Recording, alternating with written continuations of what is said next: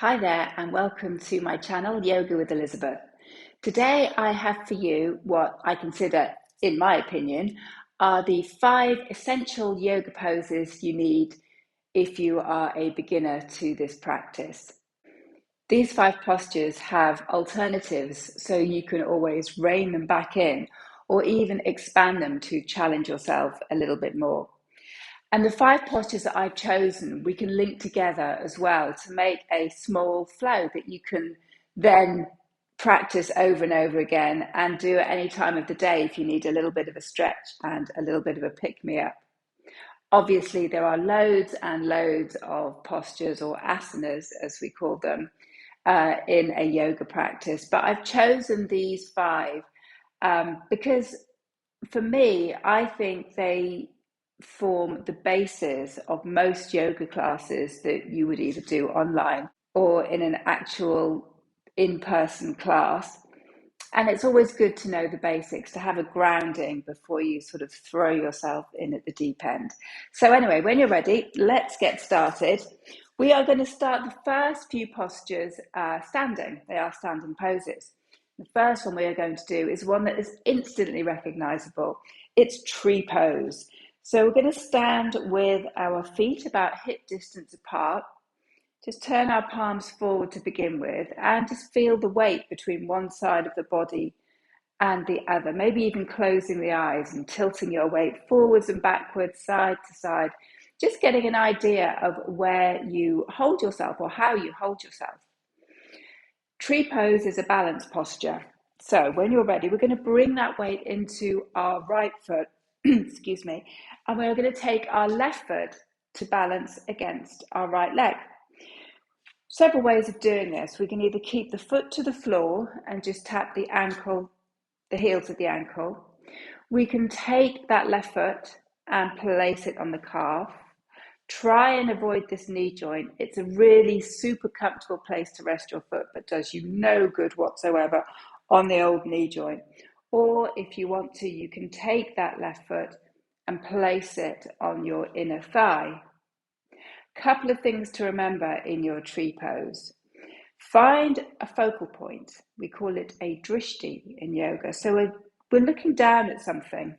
Maybe even have a wall behind you for balance. So you're looking towards something to just focus your gaze, softening that gaze. And then this standing leg, so this right leg in my case today, we are pushing through the foot and lengthening through the leg. Try not to kick out here. If you push your leg against your foot and your foot against your leg, theoretically it should assist your balance.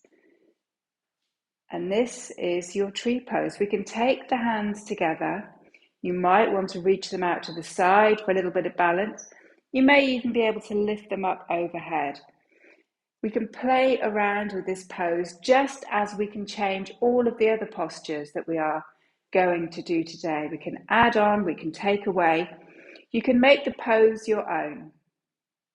When we come out of tree, wherever this foot is, turn your bent knee forward and lower it down towards the earth. And because we've done one side, we're going to do the other as well, just for the purposes of keeping everything nice and even today. So we bring the weight into that left foot now, and we take our right foot, either heel to ankle, foot to calf, avoid the knee joint, or foot to inner thigh. Oh, this side seems a little bit more balanced. Now remember, we are standing tall out of that standing leg, rooting down through the floor, feeling a sense of lift throughout the body, and draw the hands to the heart as we focus the gaze. Now, just because you brought your foot into, say, this position on the opposite side does not mean to say you have to do it the same on this side. If it feels more comfortable, you can lower it down to the calf or even keep the foot on the floor. You don't have to keep each side of the body the same. Just as we did on the other side, this bent knee turns forward before we drop the foot down towards the floor. So there we have our tree pose. We're now going to move on to warrior. There are 3 warrior poses in a yoga practice. This is Warrior Two, and this is what we're going to stick with today. It's a wide-legged posture. Roughly the distance between your feet is about the distance, say, of one of your legs. And we bend into that front knee. So here, this is my left knee. I'm bending into my left knee, pushing behind on my right leg. That right foot is turned so the outside edge of the foot is parallel with the back edge of the mat. Don't worry how much of a bend you have in this front knee, but just try and keep the knee out towards the small toe. It will want to sneak in, but again, that's not going to do your knee joint any good. So keep it pushed out. And when we have our foundations, so we start from the bottom, we root down, we find our foundations, and then we can draw our upper body into the posture. So we take our arms to shoulder height. Try not to squeeze them up to the ears. Shrug them down. And again, we're finding some strength in our upper body as well as our lower body. So we're not just hanging out in the pose, feeling all droopy through the arms. We're feeling strong, extending through the fingertips, rooting down through the earth, and the body is upright in our Warrior Two. Again, there are variations to this posture. We can keep the legs where they are and just move the upper body. So we can take it back into a reverse warrior, or we can draw it over into a side angle pose. But today, just for these 5 beginner postures, we're going to stay in our Warrior Two. We're going to straighten that front leg now, and just to make life easy, we're going to pivot on the heels and just repeat that pose towards the back of the mat. So again, we start with our foundations. Check where our feet are. Back foot parallel with the short edge of the mat. Front foot facing the front of your mat, or in this case, we've swiveled round, so it's the back of the mat. We bring a bend into that right knee. We reach the arms up to shoulder height when we found our foundations, and we are strong through the arms. We're also controlling our core, our center of our body, so we're pulling our belly button in here as well. You can always take a look behind you just to see what your left arm is doing. Make sure it's roughly the same height as your right. And we sink our tailbone to the earth, keeping our right knee out towards the small toe. Just holding these postures for about 5 breaths really does work your body. And as we breathe in, so we straighten our right leg, let's turn our toes to face the long edge of our mat and just heel toe into the center. Posture 3 we are going to do now, triangle pose. So again, it's a wide stance with the feet to begin with. Maybe not quite as wide as Warrior Two, but again, it's very individual. So whatever feels right for you. We are going to we're going to turn our back foot in just a smidge, I'd say about 30 degrees, 45 degrees. And we're going to turn our left foot once more to face the top of the mat. We root down through the feet, so we push those feet to the earth. We draw our belly in, so we've got the foundations first. We're drawing the energy up through the legs, and then we draw the arms back to shoulder height again. Very similar to Warrior Two, except both legs are straight. Warrior Two, bent leg, triangle pose, straight legs. So from here, imagine you are being lengthened through your body. You're being lifted up and lengthened. And as we inhale, we reach forward. We don't have to come too far. And as we exhale, turn your palms to face forward and just windmill the arms over. So your left hand is resting on the inside of your left leg and your right arm is lifted. Trying to keep your top shoulder over your bottom shoulder. And a way of helping with this is by taking this top arm and just resting it behind the back. So this opens out the chest. We're still pushing down through both feet.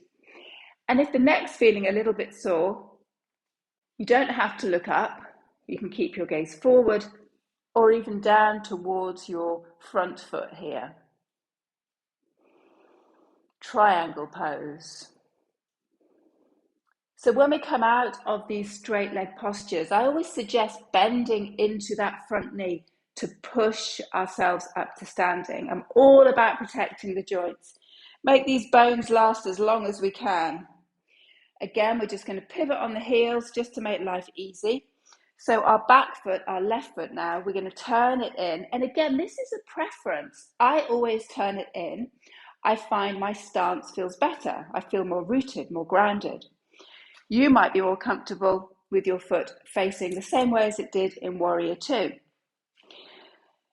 The front foot, in this case, our right foot, faces towards the back of the mat.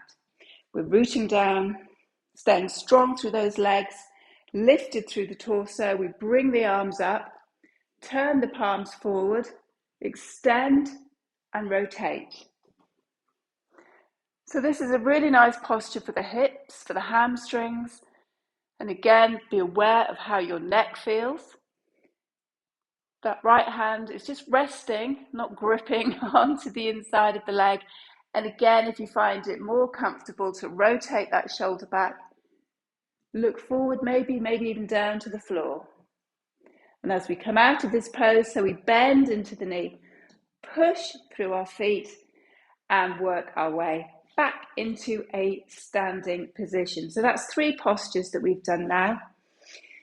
3 standing poses, and now we are going to bring it a little bit further down towards our mat. One of the most familiar postures in yoga is downward facing dog.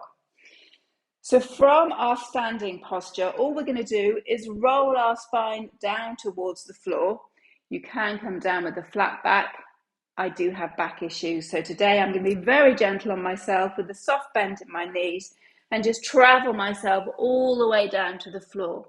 Bending knees as much as I need to get hands flat. And then from here, we just step the feet back till we find this V shape. Now, we can play around so much with this downward facing dog. What we want to try and achieve in this posture is equal weight between hands, between feet. Try and get your fingers as wide as they can so you can feel the mat underneath both the heel of the hand and the pads of the fingertips as well. Now, the aim of this pose is length through the spine. So bend your knees to lift your hips. Give your head a little bit of a shake. Feel the tension releasing out of the neck as we push the earth away through the hands and through the feet. To lengthen down the back of the legs, or to stretch down the back of the legs a little bit more, we can bend one knee and lower the opposite heel to the floor and just swap those over so you're walking your feet out. It doesn't matter if your heels don't touch. We're thinking about length through the spine here in our downward facing dog. And if you're new to yoga, it can be very challenging to hold this posture. So only stay here as long as you feel comfortable. You can always come out of it. You can always drop those knees to the floor. Maybe even push yourself back into a child's pose. And then you might feel ready to return into your downward facing dog. So that is position 4. Let's work our way into position 5, taking those knees all the way down to the floor. And this time we're going to take our legs behind us and draw ourselves all the way down onto our belly. So for position 5, I'm going to show you a couple of postures that are quite similar in that they are all strengthening back poses, and they also help open out the chest and give you a little sense of space in the front of the body. But they all vary in their, I don't want to say difficulty, but it depends on how your back feels as to how you are able to move. So position 5, part A, is Sphinx pose. So in Sphinx pose, we bring our elbows underneath the shoulders. Just give yourself a little bit of a shrug here. Draw the shoulder blades back and down, the pointy bits of your shoulder blades. Imagine you are sliding them down your back as if you're going to tuck them into your back pockets. The hands are placed on the floor. Again, we've got those wide fingers and we're pushing into the hands and the forearms, relaxing the head away from the shoulders so we're not sort of dumping our head down, sinking it into the shoulders here. We are lifted through the crown of the head, but keep the gaze forward so we're not crunching through the neck or looking down towards the earth here. So we've got a nice neutral posture through our neck. And this is Sphinx. And you're feeling a really nice little stretch through your back, across your shoulders. If your back is flexible, if you are feeling quite flexible in your back, we can take it into Cobra. So Cobra is just one stage up from Sphinx pose. Rather than have your forearms to the floor, we take our hands underneath the shoulders, keep those elbows in. We don't want the elbows coming out. And again, rolling the shoulders back and down, tucking our shoulder blades into our back pocket and pushing ourselves up. Again, the gaze is forward or a neutral neck posture here. Now, it depends on how your back is feeling. If you have a very flexible spine or you have more movement in your back, you might find this quite easy. Be very mindful about keeping the shoulders dropped. So many times you see people coming into Cobra, but they're like this, they've got their shoulders hunched up around the ears. We want to sort of draw everything back and down. Again, wiggle the shoulder blades if you want to. Maybe have a little look over each shoulder. So that is posture 5, version B. Now the last one is posture 5, version C, up dog. So we've had Sphinx, we've had Cobra, and now we're going to try up dog. So in the previous two, our legs and our hips are on the mat. In our up dog position, we rest our weight on our hands, the tops of our feet, pull the belly in, relax the shoulders, firm the thighs and the glutes, and keep that gaze forward. That is a very, very strong posture. So only come into that one if you feel you have the appropriate strength through your arms and your shoulders and you can keep your core engaged. Otherwise, have a little experiment with Cobra and with Sphinx as well. So there you have it, my 5 essential yoga postures for a beginner. And obviously this is only my opinion, but I think that once you become confident with these 5 postures, you can maybe link a couple of them together and make up your own flow. Alternatively, of course, come back to my channel and enjoy some other videos that I have on here. And you will see that we use these warriors, these triangles, these trees, downward facing dog, and you'll soon become very, very familiar with these postures. I hope you enjoyed this little video today. And if you did, please do subscribe to my channel or even share it with someone that you think may find it useful. And Lola and I will see you on the mat again very soon. Thank you.